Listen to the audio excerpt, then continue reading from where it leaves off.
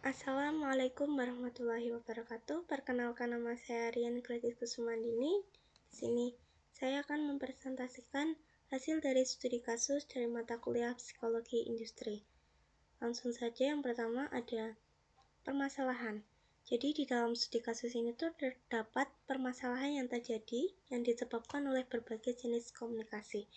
Yaitu ada komunikasi internal, merupakan komunikasi yang terjadi di antara manajer dengan komunikan yang berada di dalam organisasi. Komunikasi internal ini terdiri dari yang pertama ada komunikasi vertikal, itu terjadi dari atasan ke bawahan. Yang kedua ada komunikasi horizontal, itu terjadi di antara sesama pegawai atau karyawan. Dan yang ketiga itu ada diagonal, komunikasi yang terjadi di antar lintas divisi. Yang kedua ada komunikasi interpersonal.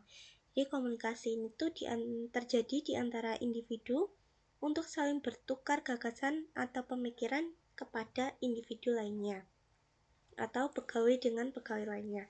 Yang ketiga ada komunikasi eksternal, itu merupakan komunikasi dengan pihak luar. Pihak luar ini yang dimaksud adalah pelanggan. Yang keempat ada komunikasi tertulis, ini merupakan jenis komunikasi dengan menggunakan kata-kata di dalam tulisan, contohnya di dalam email dan juga pesan teks. Nah, dari jenis komunikasi yang ada ini tuh ada beberapa komunikasi yang menyebabkan masalah. Itu yang pertama ada komunikasi interpersonal, kedua komunikasi internal, dan juga komunikasi eksternal.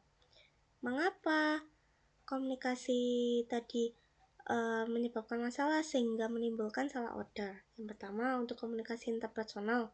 Komunikasi ini tuh terjadi secara langsung di antara dua orang atau lebih. Nah, di dalam studi kasus ini, komunikasi interpersonal tuh terjadi di antara pegawai dan pelayannya. Permasalahan ini tuh terjadi saat interaksi langsung antar pegawai yang tidak fokus. Hal ini tuh dibuktikan dengan kalimat penerima pesanan tidak fokus dan tidak mendengarkan dengan baik. Yang kedua ada komunikasi internal, itu terbagi menjadi dua. Internal vertikal itu antar atasan ke bawahan. Nah, tidak terdapat perhatian yang lebih yang diterapkan oleh manajer ke karyawan, sehingga karyawan tuh melakukan banyak tugas dan tidak adanya sistem prosedur yang jelas. Jadi karyawan ini multitasking. Hal ini dibuktikan dengan kalimat saat menerima pesanan satu pelanggan, seorang karyawan secara bersamaan mengerjakan tugas lainnya. Kedua, ada komunikasi horizontal. Ini merupakan komunikasi di antara pegawai. Itu terdapat minimnya komunikasi yang membuat karyawan itu melakukan tugasnya sendirian tanpa bantuan atau tanpa kerjasama dengan pegawai lainnya.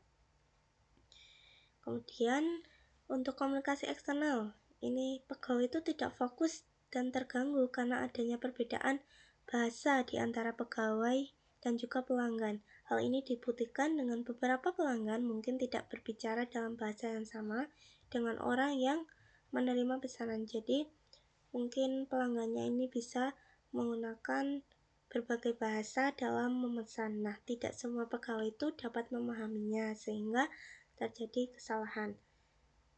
Terus di dalam drive-thru itu pasti terdapat kebisingan. Hal ini tuh membuat pegawai tidak fokus dan tidak dapat mendengarkan dengan baik saat menerima pesanan dari pelanggan. Oke, yang selanjutnya ada solusi. Jadi, solusi yang sesuai dengan masing-masing permasalahan dari berbagai jenis komunikasi itu yang pertama ada solusi untuk komunikasi vertikal, itu dengan membuat SOP untuk dapat dijadikan acuan bagi para pegawai dan juga dapat melakukan briefing dulu sebelum melakukan pekerjaan dan juga menerapkan komunikasi dua arah. Kemudian solusi untuk komunikasi horizontal itu dengan memberikan pembagian tugas yang sesuai di dalam kelompok pegawai. Jadi pegawai itu diplot-plot tugasnya yang sama, jadi agar bisa bekerja sama. Dan solusi untuk komunikasi eksternal ini dengan menggunakan alat bantu suara dan juga mempelajari multibahasa. Terus cara untuk mengukur keefektifan dari penggunaan solusi tersebut tuh yang pertama bisa melakukan pengukuran kuantitatif dengan berbagai indikator. Yang pertama, indikator jumlah kesalahan pemesanan. Itu dengan cara membandingkan jumlah kesalahan pesanan di sebelum dan juga sesudah solusi diterapkan dengan outputnya tuh laporan harian atau mingguan. Terus indikator selanjutnya ada jumlah keluhan pelanggan, waktu pelayanan, dan tingkat akurasi pesanan yang benar tanpa revisi. Yang kedua, bisa menggunakan pengukuran kualitatif, itu dengan memberi kuesioner kepada pelanggan untuk dapat kita nilai seberapa tingkat kepuasannya. Jadi pelanggan yang datang itu dikasih kuesioner atau dikasih semacam kertas untuk memberikan kritik dan saran. Ketiga itu evaluasi yang dilakukan secara berlanjut dan teratur. Nah, jika solusi tadi itu tidak efektif, maka solusi yang saya rumuskan itu ada pelatihan komunikasi untuk karyawan dengan kelebihan meningkatkan keterampilan interpersonal, kemudian dapat mengurangi kesalahan karena miskomunikasi karena karyawannya itu telah dilatih dalam berkomunikasi. Kedua, ada memberikan alat komunikasi yang baik untuk mengurangi suara bising di direktur. Nah, alat komunikasi yang lebih baik itu bisa berupa alat bantu suara. Ketiga, ada menetapkan sistem periksa ulang pesanan untuk memberi rasa aman bagi pelanggan dan menerapkan SOP untuk memperjelas alur komunikasi internal. Akan tetapi, solusi tadi pasti punya kekurangan, yaitu pertama membutuhkan waktu dan biaya tambahan karena tidak semua karyawan itu dapat beradaptasi dengan cepat. Terus untuk yang alat komunikasi itu dapat beresiko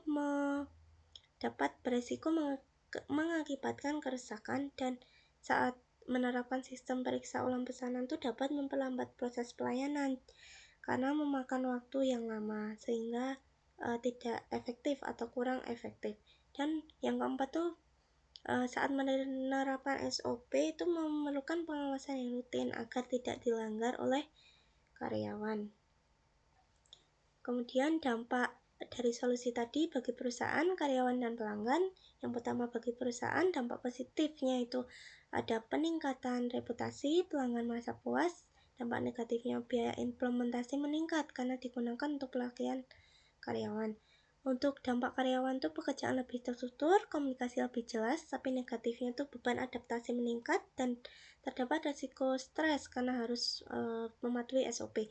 Dampak positif bagi pelanggan itu pelayanan cepat dan puas akan pemesanan, akan tetapi dampak negatifnya itu terdapat potensi yang lama jika terdapat double check. Nah, kemudian ada kesimpulan. Jadi, terdapat permasalahan yang disebabkan oleh berbagai jenis komunikasi di dalam pemesanan umum yang terjadi di loket layanan cepat saji seperti Hardy, McDonald, Burger King, dan Wendy's, yaitu dikarenakan jenis komunikasi internal, interpersonal, dan juga eksternal. Nah, solusi yang diterapkan setelah dirasa kurang efektif itu bisa pelatihan karyawan, pemberian alat yang lebih terstruktur, dan melakukan evaluasi. Kelebihan dari solusi ini tuh dapat meningkatkan reputasi, dapat meningkatkan kepuasan bagi karyawan, dan juga dapat meminimalkan kesalahan dalam pemesanan. Namun tidak dapat dipungkiri jika kekurangan dari solusi ini tuh dapat membuat membengkaknya biaya dan menimbulkan stres kerja dan juga respon pelayanan yang lama. Baik, seperti itu presentasi yang dapat saya sampaikan. Apabila ada kurang lebihnya saya mohon maaf. Saya akhiri. Wassalamualaikum warahmatullahi wabarakatuh.